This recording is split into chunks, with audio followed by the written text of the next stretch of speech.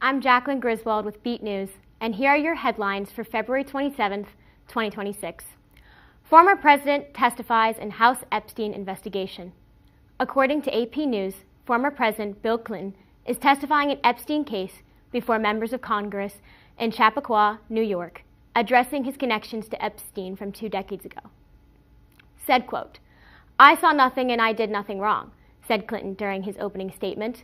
This event, which is closed door, is the first time a former president has been compelled to testify in Congress. This happened one day after former Secretary of State Hillary Clinton's deposition, where she told lawmakers that she has no memory of meeting Epstein and that she had no idea that he had been abusing underage girls. The Clintons have not been accused of any wrongdoing. Netflix leaves Warner Bros. Deal. According to AP News, Netflix decides not to buy Warner Bros. Discovery Studio. Now Paramount is in the perfect position to take over their rival movie studio. On Thursday, it was announced that Skydance-owned Paramount offered to pay $31 per share for the company. This outbid Netflix in the original agreement that Warner had made with Netflix.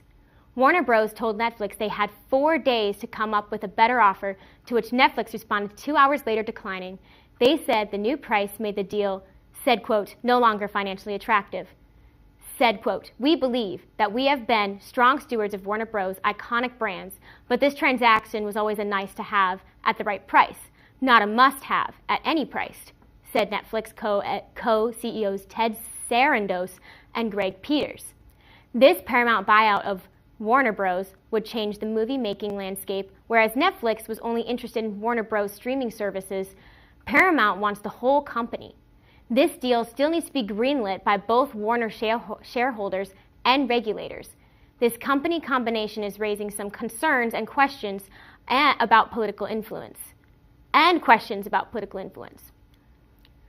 America's sympathies for Israel have changed significantly.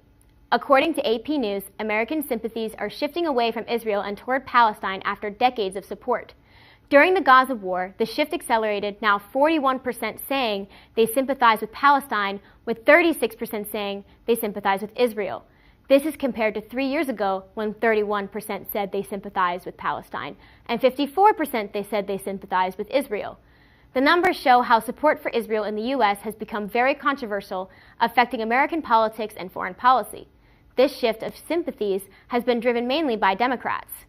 American assistance being sent to Israel has been a big dividing issue in the party's primaries this year. The shift was already happening before Hamas attacked Israel on October 7, 2023, according to Gallup's data. Then the change increased during Israel's military operations in Gaza. There is a margin of error of plus or minus 4, showing that the sympathies for Israel and Palestine are roughly even. Said quote, "It's the first time they have reached parity, which is really quite striking. In not many years, that very significant gap in public opinion has now completely closed," end quote, said senior global news writer at Gallup, Benedict Vigors. My apologies for mispronouncing that. Now for your weather. Today we have a high of 56 degrees with a low of 42. And on Saturday, we have a high of 60 degrees with a low of 31, and it's mostly sunny, so yay. And for Sunday, we have a high of 37 and a low of 23 degrees. Thank you for tuning in on this Franciscan Beat News Brief. Good night, and God bless.